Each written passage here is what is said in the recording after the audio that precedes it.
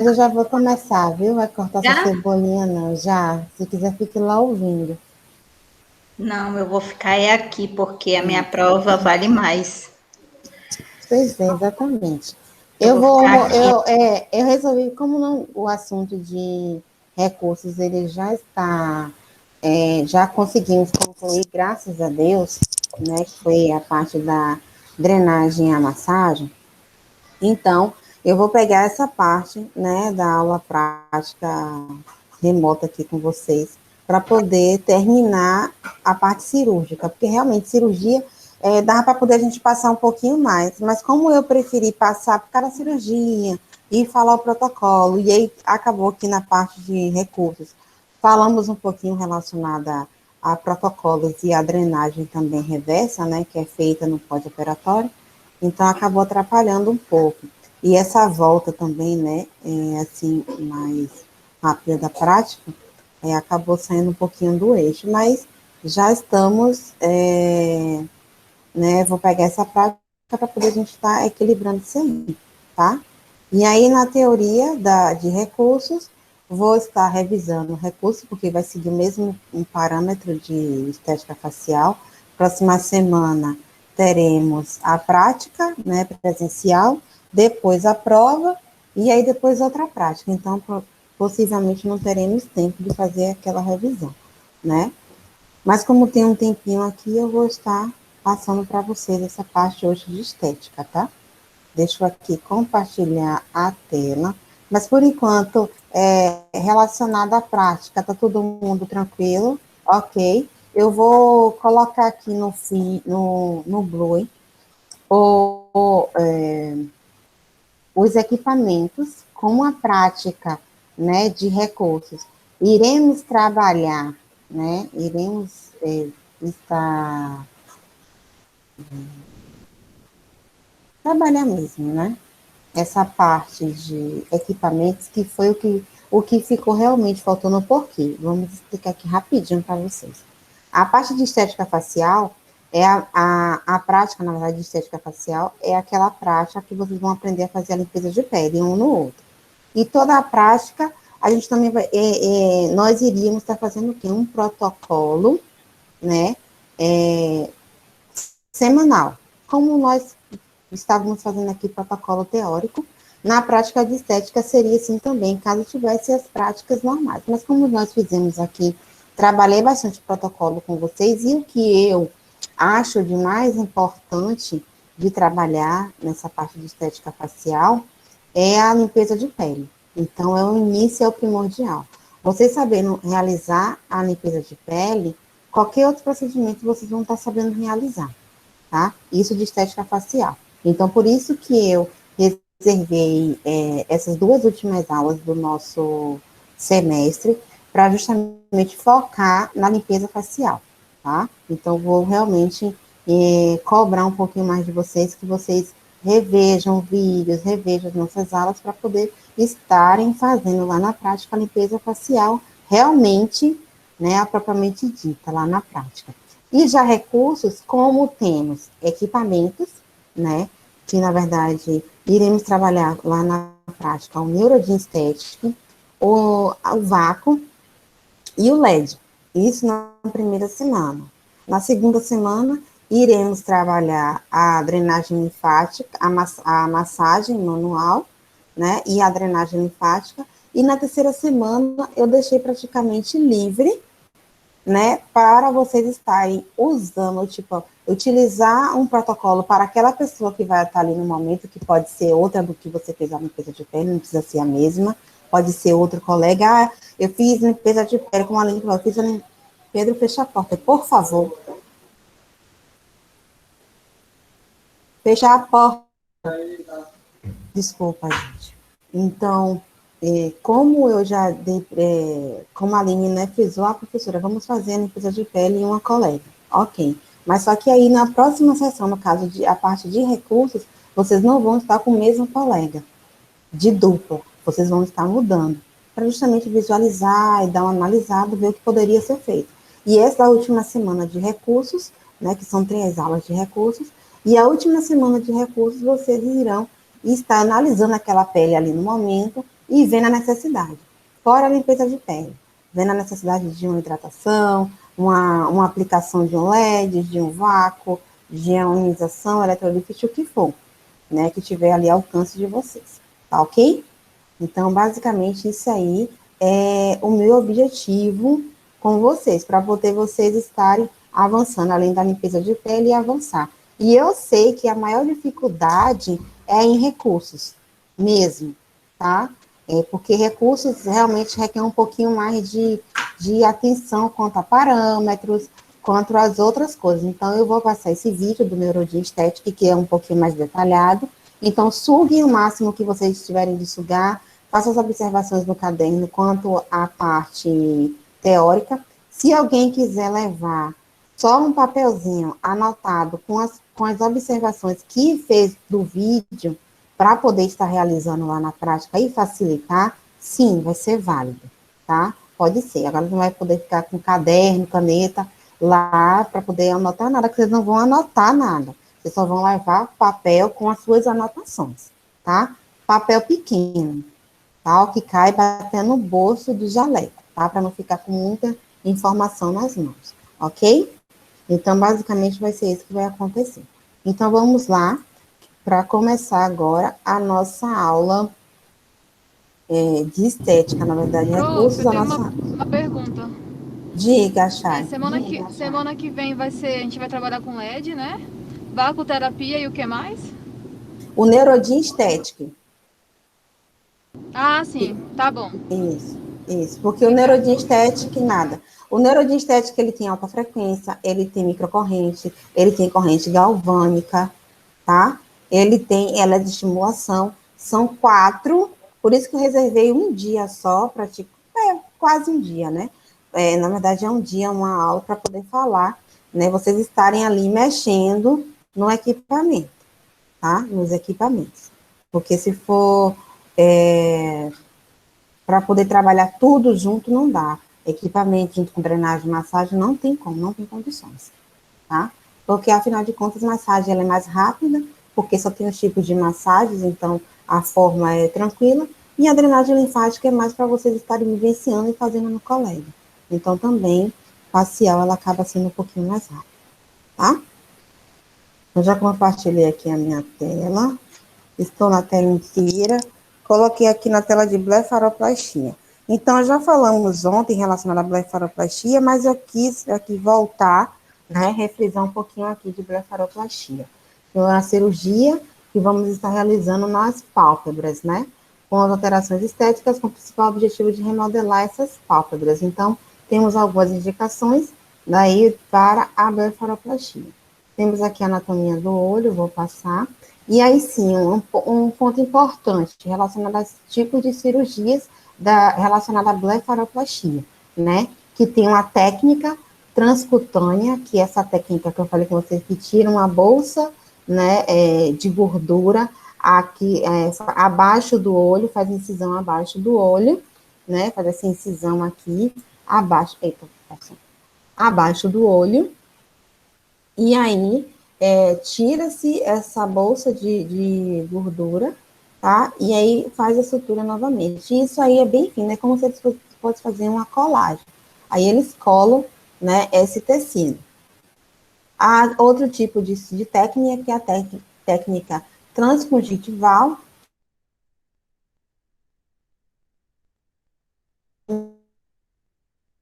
é a parte interna, né, do olho. Então, vai vir na parte transconjuntival mesmo, que é a parte interna, né, esqueci esse nome que eu queria falar desde ontem, da mucosa, pronto. Da mucosa, né, do olho, a parte inferior, né, da pálpebra inferior, vai vir, faz aquela incisão por dentro, retira a bolsa e é tranquilo. Essa cirurgia, ela acaba sendo, assim, visualmente, né, mais tranquilo, porque não vai ter nenhuma cicatriz aparente, não vai ter nenhuma complicação. Mas também outra complicação é porque ela também vai mexer na mucosa. E quando se mexe na mucosa, já tem outros critérios aí, que são as outras complicações, que eu coloquei aqui né, como algumas complicações mais frequentes, que vocês vão ver aquela esclera aparente, que é aquela retração palpebral, você vai ver a retração palpebral, ectrópico, que também vai ver que é a pálpebra, eu coloquei até uma foto aqui depois, né, para vocês ficarem mais cientes relacionado ao assunto, uma pálpebra que ela dobra-se assim para fora, então ela vai ficar, né, com esse aspecto mais para fora, quando se fala de pálpebra inferior, né, que pode ter algumas dessas complicações ou sequelas, né, e a simetria ocular, então pode acabar se retirando mais de um lado do que do outro, e aí uma pálpebra ela acaba sendo mais retraída de um lado do que do outro, ela pode também estar um lado maior do que o outro, isso também pode acontecer na pálpebra inferior. Já na pálpebra superior, de um olho seco, né, que a pessoa normalmente vai ficar usando um colírio constantemente, acho que também nos dois fatores. O médico, isso é muito recomendação médica, mas sim, se a paciente vier reclamar e o médico não recomendar, você fala assim, olha, procura o médico, vê com o seu médico se esse tipo de complicação, né, é comum, você sabe que não é comum, mas fala, né, que pergunta a ele se é comum, se não pode passar um colírio para poder estar lubrificando o olho e tal, dá uma sugestão, uma orientação para procurar um médico e dar aquela orientação do que ela está sentindo, o que possivelmente possa vir a ser. Porque muitas vezes o nosso paciente, ele sente alguma coisa, mas ele não sabe se expressar. Então, nós, como profissionais, sabemos, né, dessa dificuldade, como pode ser expressado, então, sim, né, damos essa orientação. Também vai dar retração palpebral aqui, né, em pálpebras superiores, dificuldade de olhar, né, os olhos, ou olhar, dificuldade de fechar os olhos, justamente porque quando você está acostumada a uma certa, o olho, né, está fechando, tá ali piscando. Então, quando você faz a cirurgia, você mexe com toda a estrutura ocular. Então, além do edema que possa estar também presente, edema, algum hematoma, então sim, você também pode ter essa dificuldade, né, de fechar os olhos, tá? Lacrimejamento também constante, também pode vir a ter aquela sensibilidade no olho, de estar piscando o tempo todo, também. Pitose palpebral, mas só que isso aí é uma questão que realmente tem que ser analisada, porque se você fez uma cirurgia na pálpebra superior, justamente por causa pode ser uma flacidez, justamente uma pitose da pálpebra, e aí você ainda continuar com essa pitose, então, no médico, você tem que ver essas complicações aí com o médico. Decência de sutura, isso é decência de sutura, ela pode vir a provocar. Por quê? Ou ela não fez drenagem linfática no tempo recomendado, ou a drenagem linfática que ela fez, a pessoa que fez, o profissional que fez, mexeu diretamente ali na cicatriz, fez um movimento brusco naquela região e acabou abrindo, né, aquela sutura, tá? Então, causa essa decência. E a simetria também pode vir a ocorrer, né? Retirar mais do lado do que do outro, ficar com um olho maior do que o outro, ou um mais suspenso do que o outro, causando essa simetria, tá? Aqui é o ectrópico, que falei relacionada à pálpebra, né? Ela está virada, né, para fora. Os exercícios faciais que vocês têm que fazer, aprendam a fazer os exercícios faciais de levantar as sobrancelhas, franzir as sobrancelhas. Isso aí você vai pedir, levanta as sobrancelhas, faz aquele movimento de levantar as sobrancelhas. Muitas vezes ela vai ter essa dificuldade. Isso é normal, isso é natural, ter essa dificuldade, tá? De levantar. Por quê? Porque pode estar com edema, pode estar ali sentindo um pouquinho de dor, pode ter um pouquinho mais de paralisia. Então, justamente, incentivar a estar fazendo esse exercício para não causar realmente uma paralisia, movimentar aí, né, esses nervos, tá levando mais circulação aí, né, na região, e movimentar essa parte do sistema nervoso, tá, e realmente dar uma funcionalidade ao olho, né, ao rosto e ao olho também,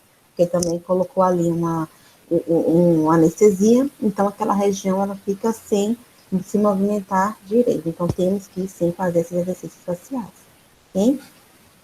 Aqui tem o antes e depois, que eu já mostrei para vocês.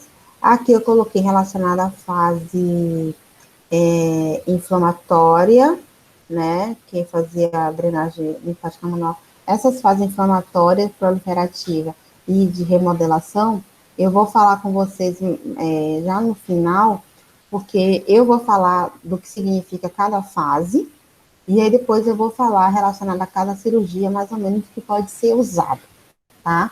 Em cada uma dessas fases. Aí acho que vai ficar melhor para vocês, porque toda vez eu falar e praticamente elas se repetem, tá? Então, a fase inflamatória, proliferativa, né, e de remodelação, elas se repetem no pós-operatório, tá? Ou seja, esses recursos terapêuticos, né, a forma de tratamento, eles se repetem. Por ser facial e por ter sensibilidade, acaba se repetindo devido a algumas causas, tá?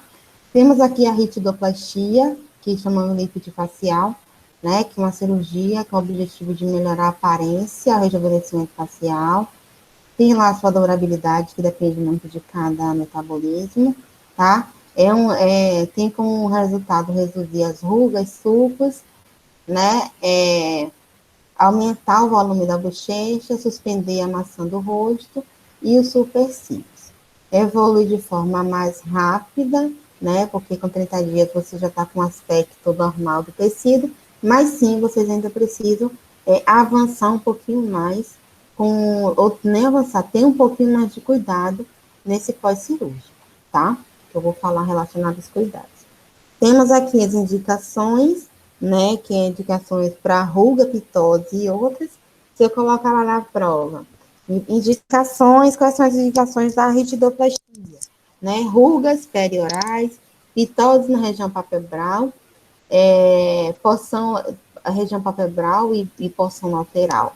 Ok? Verdadeiro ou falso? Verdadeiro ou falso? Sim, tá? Eu não preciso colocar todas as alternativas que está aqui, mas se eu colocar ruga, pitose e depressão do sulco nasolabial, sim, é uma indicação, tá?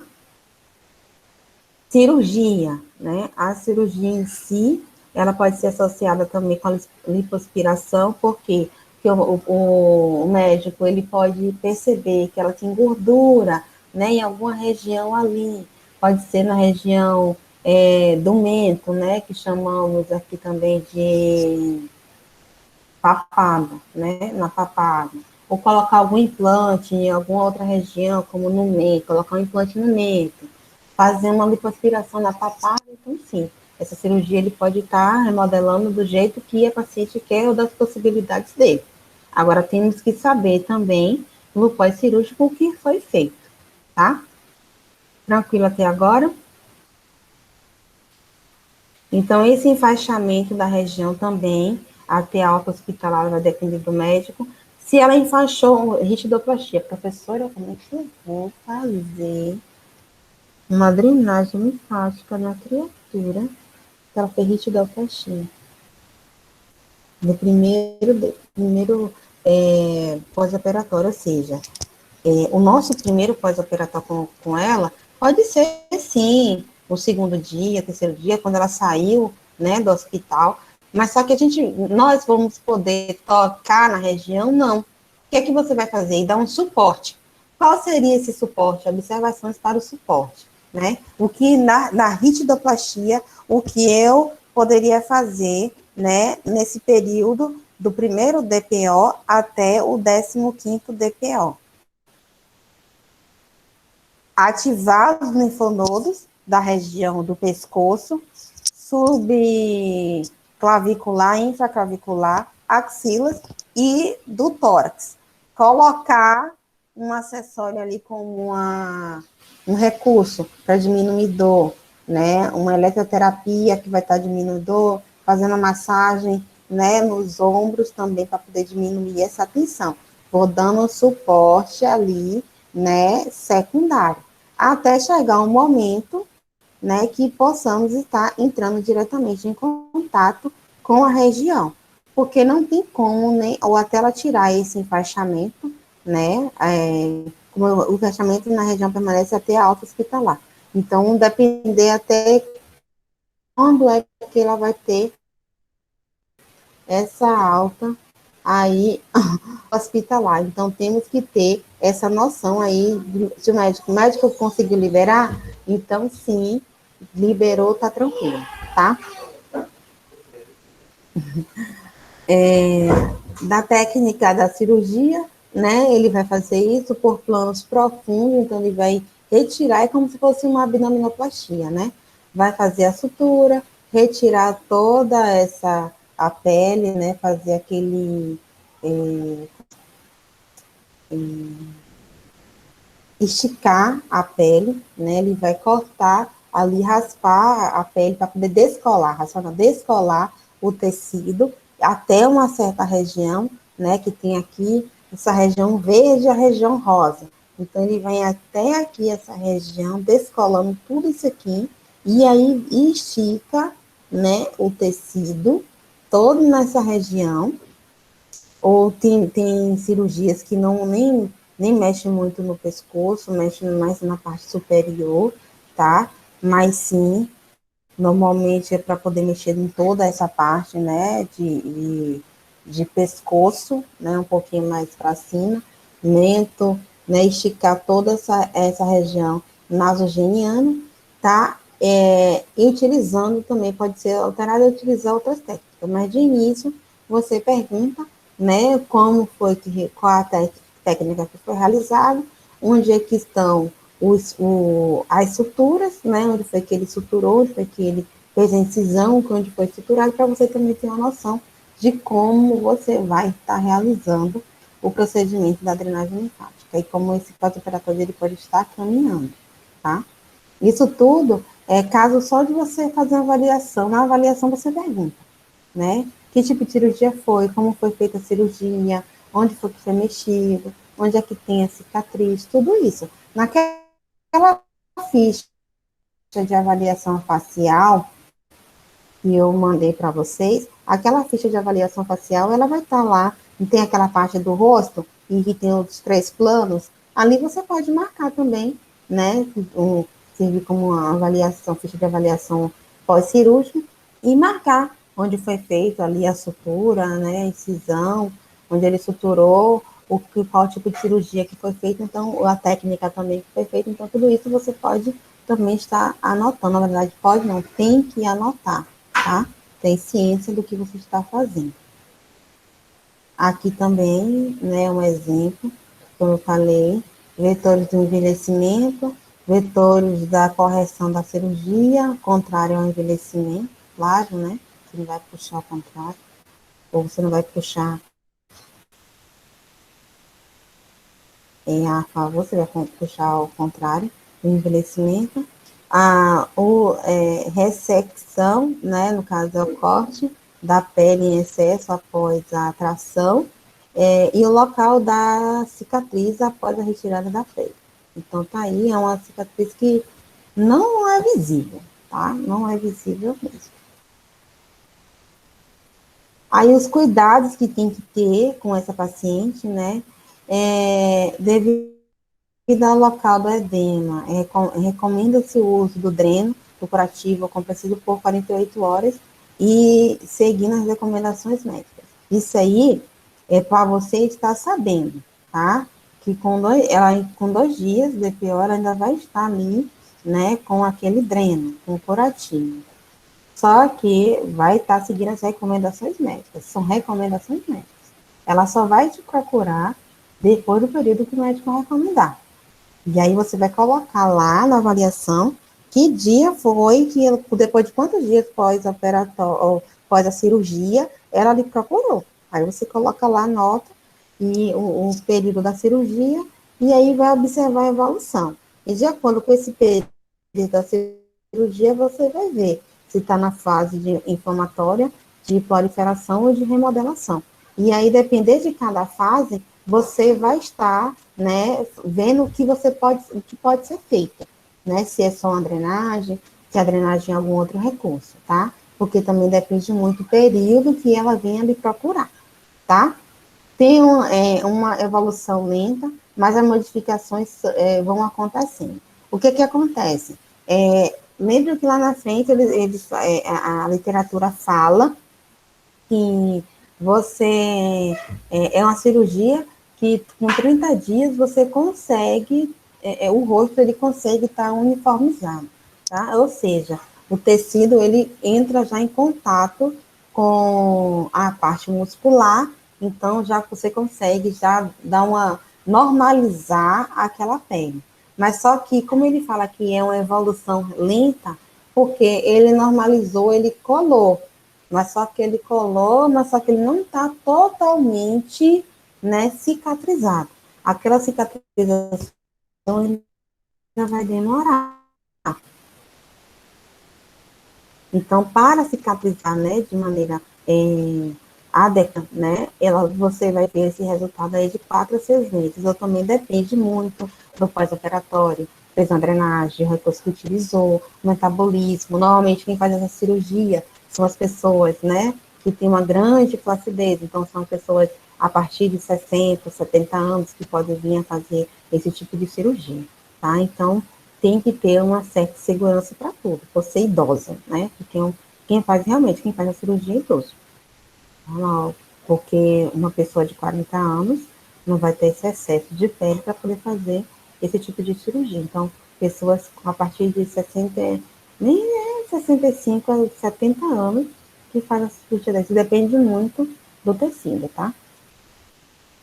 Também com os cuidados, né? Se em caso de algumas complicações, tem que ser feito após os 6 meses de cirurgia, ou seja, se teve algumas complicações, né, como ficou assimétrico, aquela região esticou mais de um lado do que do outro, ou tá assimetria, tá com pitose, tá com qualquer outra complicação, essa cirurgia você só pode refazer, ou o médico só pode corrigir após 6 meses. Até então, ela pode procurar, né, um profissional da área da estética, tá?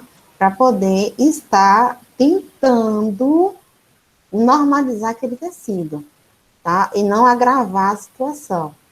Porque aí ela pode voltar no médico e refazer, tá? Mas só vai poder refazer depois de 6 meses. Continuou com pitose, continuou com flacidez, continuou com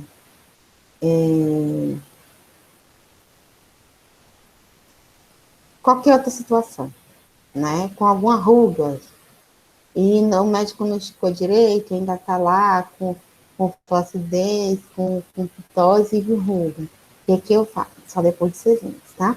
Orientar o paciente ao seu posicionamento em casa, manter a cabeça elevada. Então, todas essas cirurgias faciais, a recomendação relacionada ao posicionamento, ao tomar banho, ao dirigir, né, são praticamente as mesmas, tá?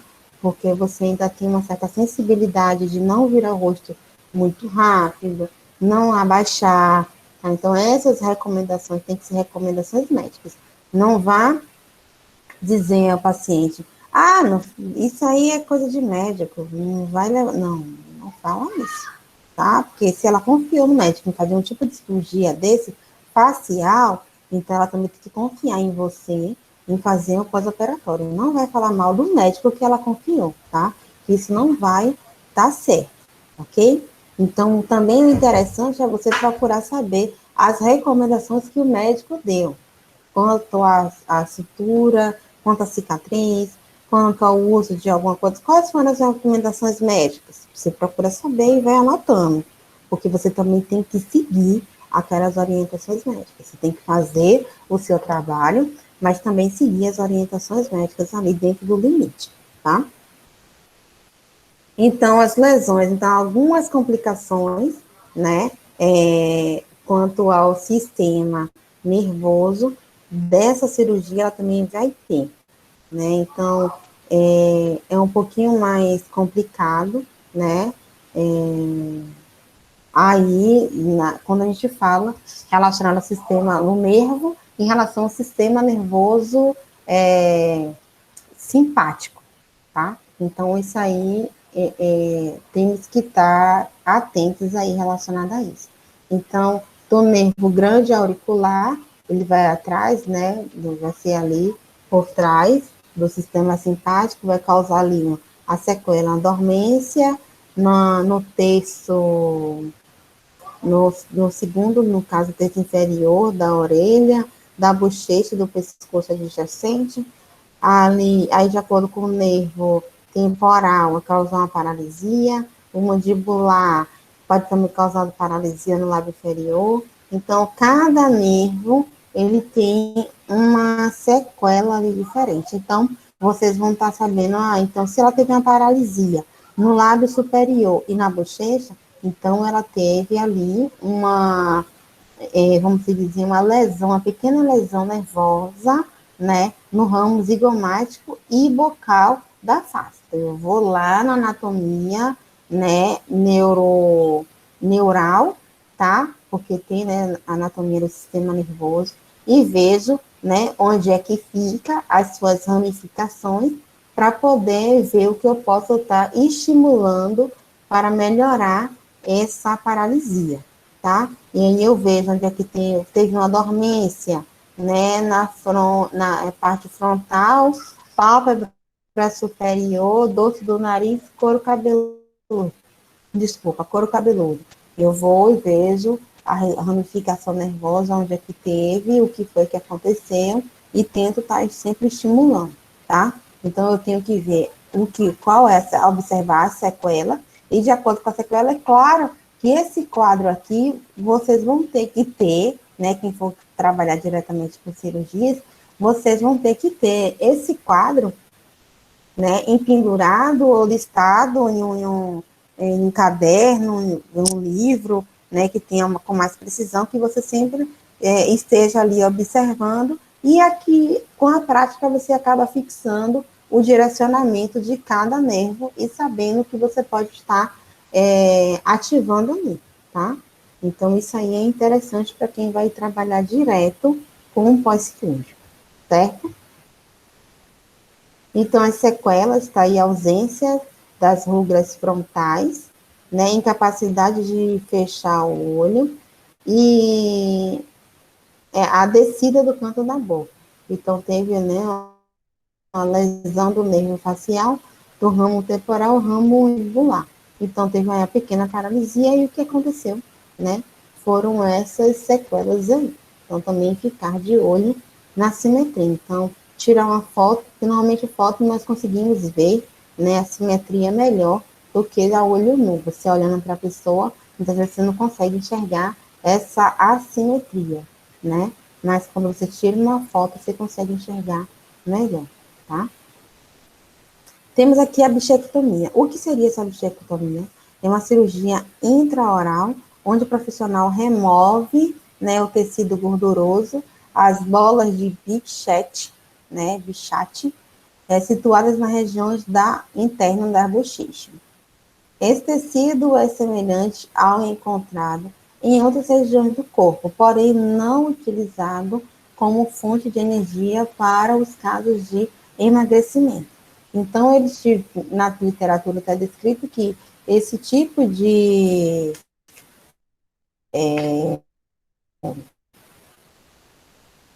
tecido muscular do corporal como fonte de energia. Mas sim, se você começar a diminuir ali, fazer um processo de emagrecimento, né, e tentar diminuir algumas situações, acaba que esse tecido, sim, ele vai acabar diminuindo, ele não vai servir como fonte de energia para o corpo, porque é um tecido pequeno, tá? Não vai suportar, o corpo não vai, né, suprir essa energia inteira. Mas sim, ele vai acabar diminuindo ali um pouquinho de gordura, vai permanecer, mas vai diminuir, tá? A bichectomia, a pessoa pode perder peso e diminuir a quantidade de gordura do corpo, mas a bola de bichete não diminui. Depende muito de cada indivíduo, tá? Muitas pessoas emagrecem sim e diminuem, outras pessoas não, tá? Isso também depende muito do metabolismo e a forma o que você está fazendo, o que está sendo utilizado, tá? A forma que você está perdendo, porque tem muitas pessoas que querem fazer dieta, mas o certo não é fazer dieta, é fazer essa regularização alimentar, tá? Então, você tem que estar ali mantendo o padrão, né, alimentar, para procurar realmente o profissional para estar seguindo ali a sua alimentação regular, tá? O pós-operatório é semelhante à extração dos tecidos molares, né? No caso, quem vai trabalhar aí com os dentes. E são necessários repouso e a prescrição medicamentosa, sim, né? Normalmente quem faz isso é um cirurgião dentista, tá? Muitas vezes eles não recomendam assim, não precisamos de muito repouso, não. No mesmo dia você já sai, tá tranquilo, mas sim, tem que ter um repouso, depende muito, tá? Ele vai sentir dor, vai inchar bastante, a região vai ficar roxa, claro, porque vai sofrer alimentar com certeza, né, vai ficar arroxeado, podendo acontecer também, né, utilizar ali, fazer a drenagem facial para diminuir a edema, com certeza, tá? Nesse critério aí da bichectomia, sim, pode fazer uma drenagem, pode fazer aí uma radiofrequência, também uma ultrassom no local, tá? Podemos, professora, mas podemos estar mexendo diretamente, né? Sim, porque a bichectomia ela é interna. Então, podemos estar fazendo movimentos de drenagem, né, externo tranquilamente. Usar equipamentos também tranquilamente, tá? Vou fazer a microcorrente também, tá? Tranquilamente fazer a microcorrente ali naquela região. Agora, tem que ter um certo cuidado e com leveza para não machucar, né, esse paciente, tá? Temos aqui um resultado da bichectomia. Agora, lembrando que, né, temos que ver aí, eu não vou entrar em detalhes aqui, se é favorável ou não é, né? Na minha opinião, não é bom retirar, devido a alguns outros fatores de musculatura, de sustentação de pele. Mas, se eu tenho uma paciente que ela fez o procedimento e ela foi lá para poder você fazer o pós-operatório, sim, faça. Se ela está, uma paciente que ela está querendo fazer aquele procedimento, sim, se ela quer fazer o procedimento, tudo bem. O médico já vai falar com ela os riscos, tá? Os acometimentos, por exemplo. Então, isso aí também vai acontecer, tá? Então, você só vai fazer o seu trabalho, ok? Agora, não vamos discutir, né, com a nossa paciente o que ela deve ou não deve fazer com o corpo dela, sendo que é uma situação, né, a não ser que mexa um pouquinho mais com a integridade relacionada à vida dela, né, à vida e à morte, aí sim, vamos estar entrando nesse critério, ou um procedimento que você vai realizar, e que esse procedimento que você vai realizar, que ela queira fazer, vai prejudicar. Então, você tem que explicar para não realizar. Então, quanto a isso, tá tranquilo, tá? Se ela quer fazer a cirurgia, você não, tudo bem, eu faço o seu pós-operatório. Certo? Temos aqui a mentoplastia. Tá tranquilo até agora, pessoal? Alguém diz um ok, alguma coisa? Ok, professor. Ok, prof. Tá, beleza. Então, certo. Então, temos aqui a mentoplastia, cirurgia do queixo, tá? É realizada quando o paciente possui alguma alteração no mento, ou seja, no queixo. Ou não. E ultimamente o pessoal não está fazendo nem tanto mais essa mentoplastia, porque está fazendo a harmonização facial, né? Mas sim, devido a algumas outras indicações, também pode vir estar fazendo a mentoplastia. Não importa a origem dessa modificação, como genética ou alguma doença, ou ainda se o queixo foi retraído ou, se no caso o queixo é retraído ou protuberante. A técnica também é conhecida como cirurgia do contorno cervical ou genioplastia, tá? Que também ela é reconhecida nessa, ela é reconhecida dessa forma também, tá? Se vocês forem procurar técnica, né, mentoplastia, ou colocar cirurgia do queixo, aparecer lá mentoplastia, cirurgia do contorno cervical, ou genioplastia, também é a mesma cirurgia, são sinônimos.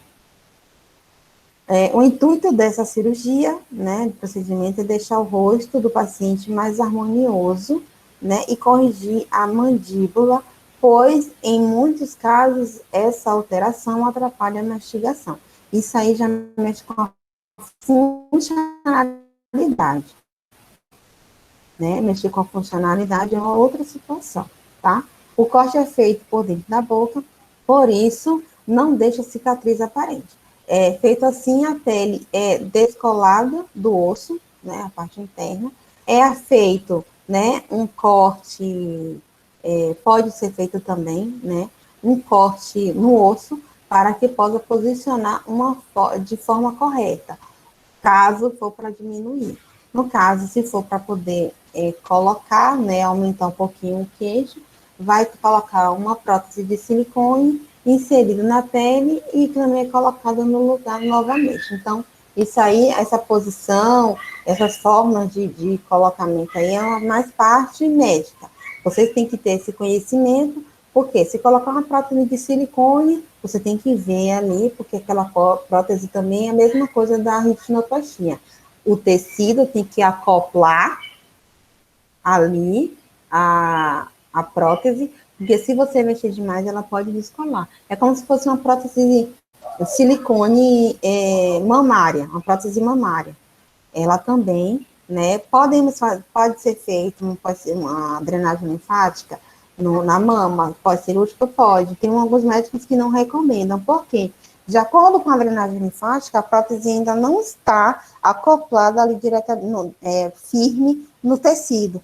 Quando a gente vai estar mobilizando, fazendo a drenagem, dependendo da forma que faça a drenagem, pode descolar essa prótese, pode mobilizar essa prótese e tirar ela do lugar.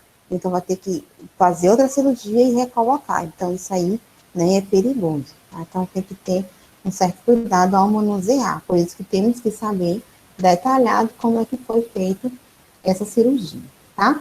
A anestesia é local para a colocação da prótese ou, em geral, se o procedimento envolve o avanço ou a retração do osso. Então, de qualquer forma, né, é feito aí uma anestesia local, tá? Normalmente, acho que a única que faz anestesia geral é a ritidoplastia, porque as outras cirurgias é feita uma anestesia local mesmo. Até porque o profissional, né, o médico, ele tem que estar acompanhando quem é da área de saúde, a Aline pode me falar melhor relacionado a isso. O médico ele tem que estar acompanhando fala de sintomas, né, os batimentos, os sinais, né, os sinais, fala de sinais cardíacos, né, esses sinais cardíacos, respiratórios, porque se der anestesia geral, não tem um. Né? É isso mesmo, Aline? Pode me confirmar relacionado a isso? A Aline fugiu da aula hoje. Mas vamos lá. Relacionada também à mentoplastia, a alta é dada no mesmo dia, tá? Todo mundo tranquilo? Sim. Ok, obrigada. Então, Sim, essa também. cirurgia... Ok, obrigada. Essa cirurgia alta é dada no mesmo dia, então ela faz, né, e já é liberada. Isso também depende muito de cada médico dessas suas complicações. Os primeiros dias o local poderá ficar inchado, claro, que vai causar um edema, né, e um leve incômodo e dores, claro, que também vai ter dor. Se eu mexi internamente, movi, escolhi osso, ou fiz ali uma raspagem, fiz alguma coisa ali na região, sim, vai causar dor, tá? Para aliviar, vou utilizar compressas frias, tá? E manter a cabeça sempre elevada. Então, essas compressas frias, elas são sempre bem-vindas, tá? Para estar diminuindo ali a dor. Aqui está um resultado, né? Possivelmente ela colocou uma prótese, né, de silicone, aí no mento, e deu essa melhorada. Olha, engraçado que, não sei, ela pode até ter mexido aqui no nariz também, mas caso ela não tenha mexido, só dar esse volume no mento, também acaba mexendo, harmonizando o resto do rosto. Quando a gente procura uma harmonia, né, tudo bem, né, o rosto ele tem que estar em harmonia para estar aí sendo de acordo, né? Por isso que tem que ser feito um visagismo antes, né? Agora, essa aí foi a última cirurgia, né? A mentoplastia, falei de todas as cirurgias para vocês. Essa cirurgia foi a última do mento. E o que eu quero falar com vocês agora é essa fase de pós-operatório, né, que tem a fase inflamatória, proliferativa e remodelação. Nesse pós-operatório, a fase inflamatória, o tecido ele vai ficar assim, ó, irrigado de sangue. Proliferativa, a fase da parte de irrigação do sangue já vai estar fechada. Essa parte aqui é como se tivesse uma regeneração tecidual, o tecido já vai estar se regenerando, vai estar só aqui um pouquinho, né, de tecido, né, vamos dizer assim, aquela proliferando, né, o tecido, e aqui a fase de maturação, né, que chamamos também de remodelamento, tá? Essa fase inflamatória, que é a fase inicial, é uma reação defensiva localizada e restrita à área que sofreu a agressão de agentes lesivos. Promove a regeneração da arquitetura tecidual quanto ao contorno da sua fisiologia. Ainda quando a fase inflamatória, né, ela começa no momento da lesão. Pá, fez ali a lesão, naquele momento ela começa. E o sangramento que ocorre atrás, né, o sangramento que ocorre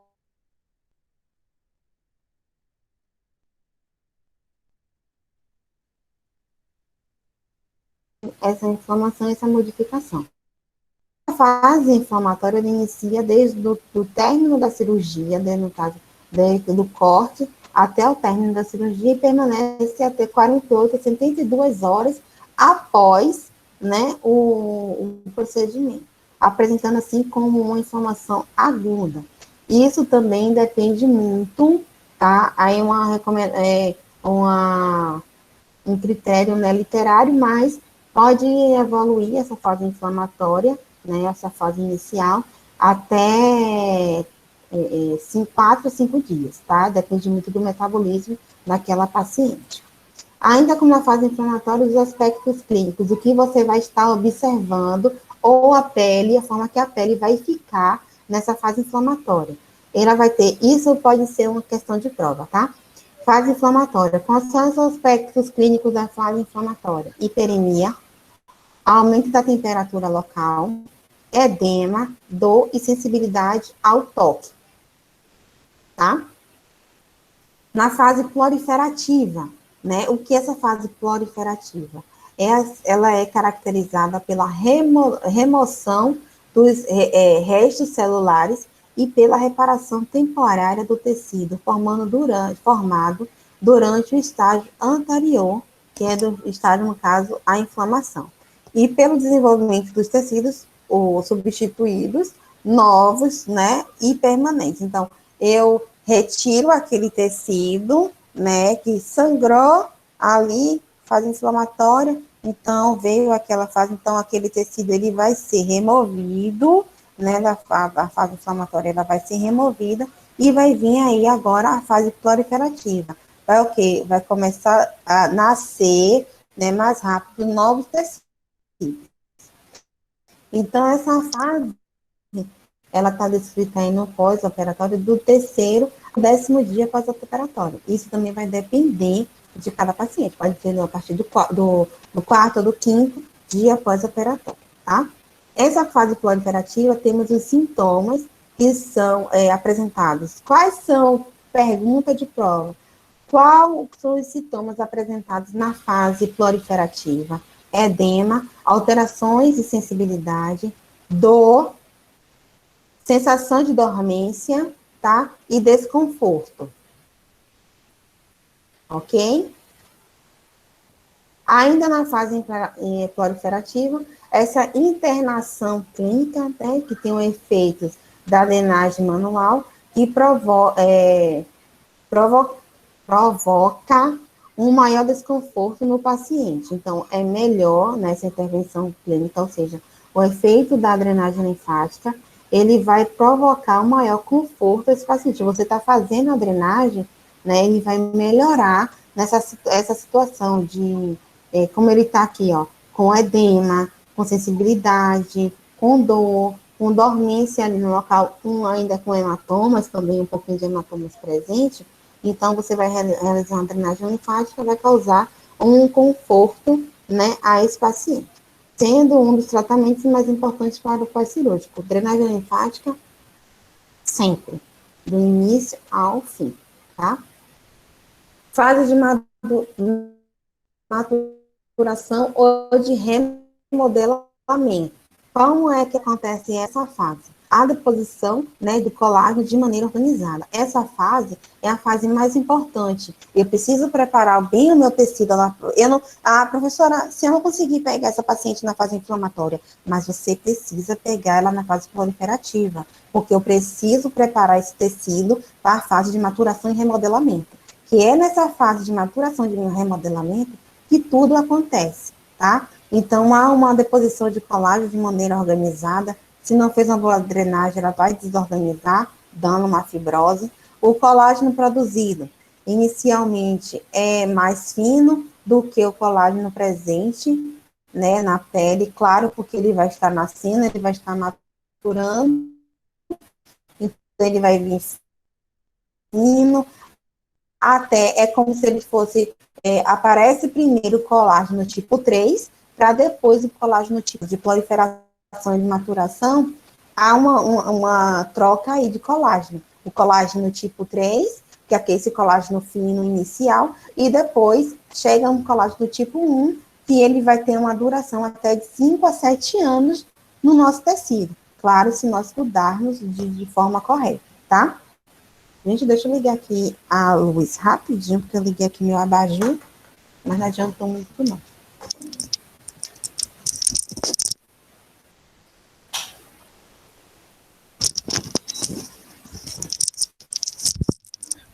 Tá, vamos lá.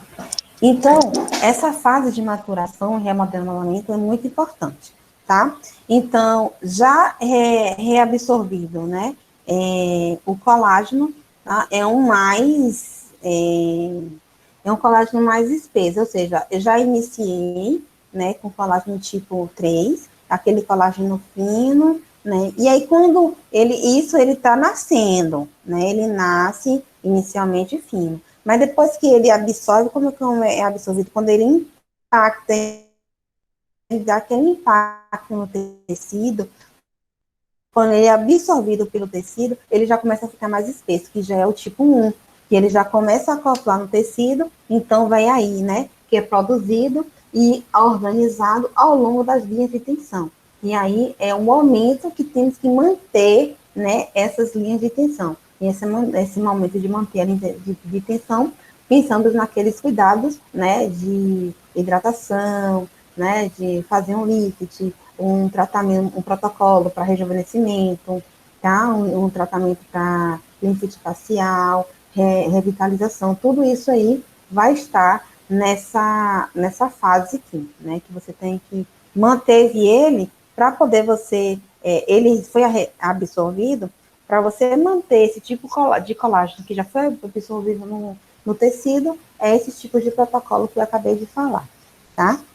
A reorganização é uma nova matriz, tá? Então, ele vai fazer aqui essa reorganização da nova matriz, que é esse processo importante da cicatrização. Então, quando chega nessa fase, ele reabsorve, então a cicatriz, ela já tem que estar ok. Tem uma nova matriz, então ela tem que estar, o tecido tem que estar íntegro, para poder ela conseguir se reorganizar e se conseguir remodelar e não ter nenhuma cicatriz hipertrófica, porque você vai ter ali aquela cicatriz, né, muitas né, não vai ser mais visível, algumas regiões não vai ter mais, não ser mais visíveis.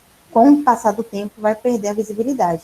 Mas se ela ficar visível, ali é uma cicatriz hipertrófica, então não podemos deixar isso acontecer, tá? Ainda na fase de maturação, os fibroblastos, que são aquelas células, né, que também de remodelamento, e os leucócitos secretam colagenase, que promovem a quebra da matriz antiga, no caso, fazendo a matriz nova.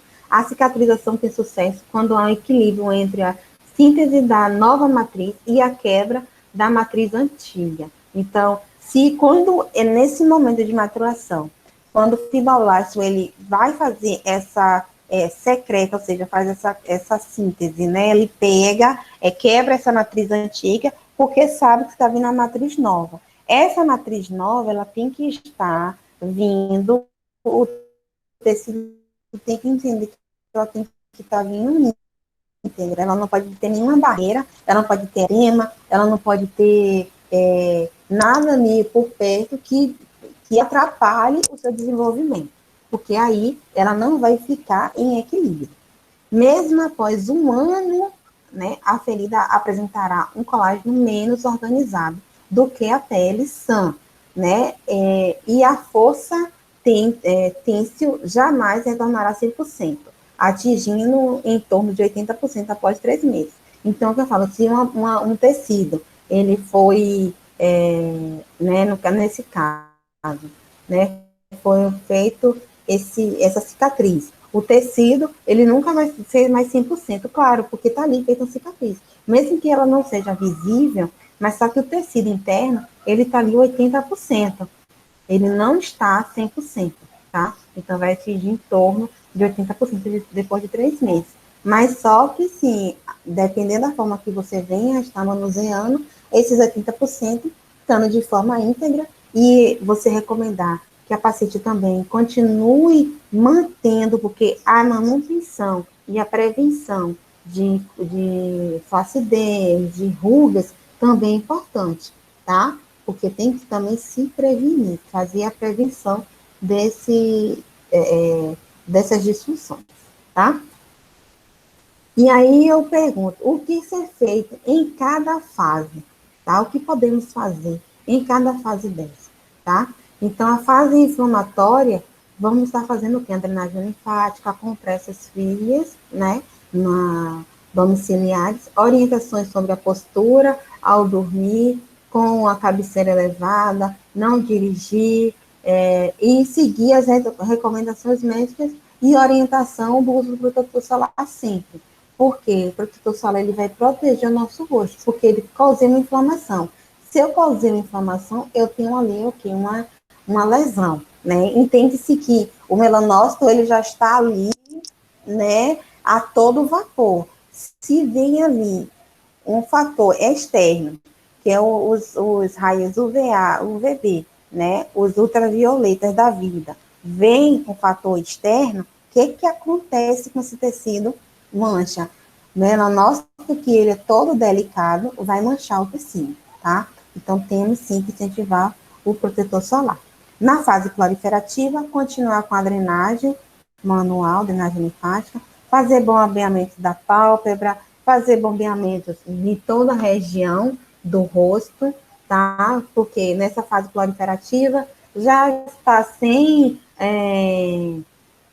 o curativo, então você pode manusear ela de uma melhor maneira, fazer massagem suave em cima da cicatriz para poder não ocorrer, né, uma cicatriz hipertrófica, utilizar radiofrequência, utilizar aí correntes galvânicas, eu não coloquei, mas vocês podem colocar a observação aí, o que ser feito, né, no pós-operatório na fase proliferativa, que é a fase mais importante, a partir de uma fase que vocês podem estar cuidando, tá?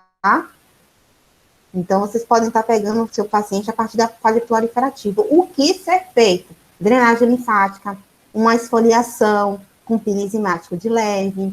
Não tem aqui, tá? Algumas coisas não tem.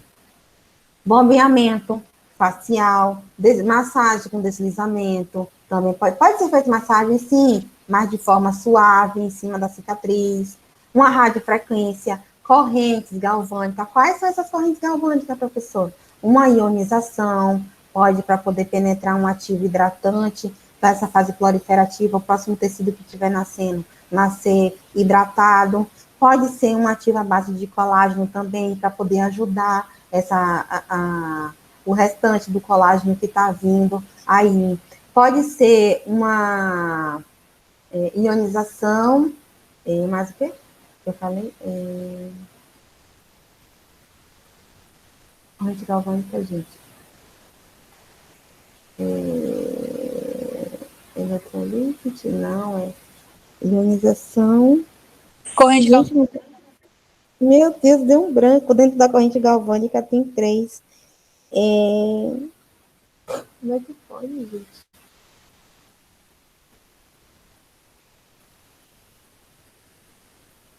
Falhou, professora. Falhou. Falhou mesmo, Mari. Falhou porque eu parei aqui e falhou minha mente mesmo. Mas a gente vai dar uma revisada lá na teoria de recurso relacionada a isso, que eu vou lembrar, tá? Mas sim, vocês podem estar utilizando corrente galvânica, pode estar utilizando a microcorrente, pode utilizar o LED vermelho, pode usar o LED verde, tá? Para poder acalmar esse tecido. Pode usar o LED âmbar também, que ele vai ajudar, que é drenante também, calmante, vai também ajudar a melhorar também esse tecido. Fazer alongamentos no tecido, na musculatura, né? Para poder evitar fibrose. Caso tenha fibrose, também fazer esses alongamentos, tá? Esses tipos de massagem, alongamentos, bombeamentos e a drenagem, vou falar com vocês na prática, tá? Agora estou fazendo, né, alongamento, bombeamento nesse tecido. Então, vai ser dessa maneira, tá? Para vocês entenderem a forma de alongar esse tecido, ok?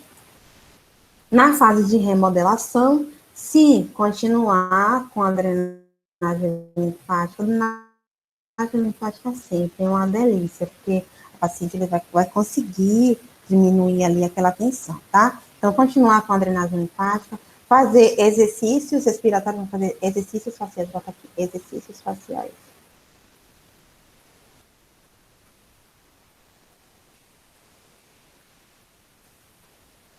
Fazer exercícios faciais, mobilização do tecido conjuntivo, continuar com mobilização, utilizar um ultrassom de 3 MHz, que é aquele ultrassom terapêutico, né? Caso você venha trabalhar diretamente com a fisioterapia, você tem que ter esse ultrassom.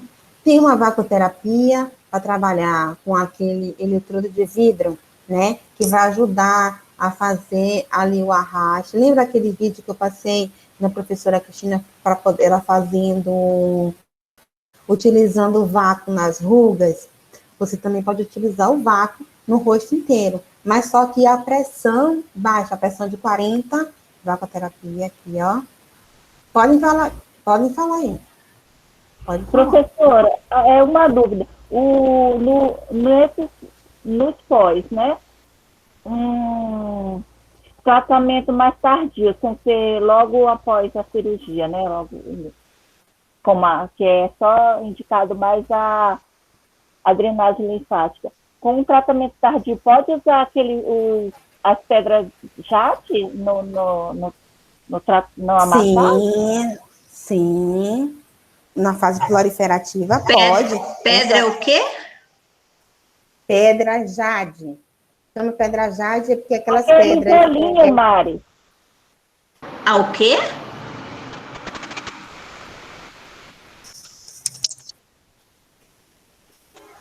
Ficou Olha aí, São os rolinhos, gente. Aqueles rolinhos. Depois você pesquisa depois você procura, Mari, na internet, escrito pedra jade. Pesquisa aí que você vai ver. É porque eu não estava entendendo. Pode utilizar as pedras jade, você pode... Sim, aí você pode utilizar as pedras jade, você também pode utilizar as esferas de cromoterapia, que também é válido. Eu ia lhe perguntar dela, professora. Pode usar também essas esferas de cromoterapia, que são as bolas, né, coloridas, pode usar também, vai ser na fase de proliferativa, de remodelação, vai ser perfeito também.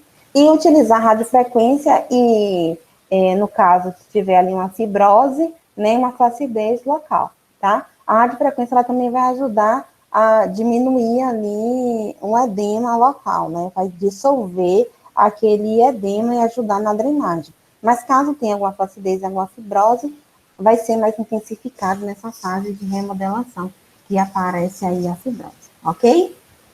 Certinho? Alguma dúvida?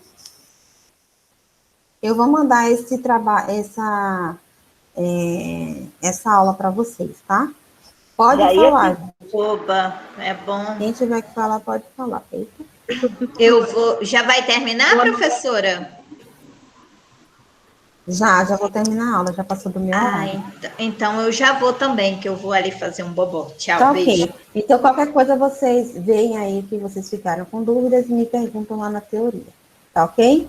Eu vou colocar essa atividade lá em estética facial, não aqui em reforço, tá? Professora, eu estava olhando lá, não tem aula, a senhora postou alguma?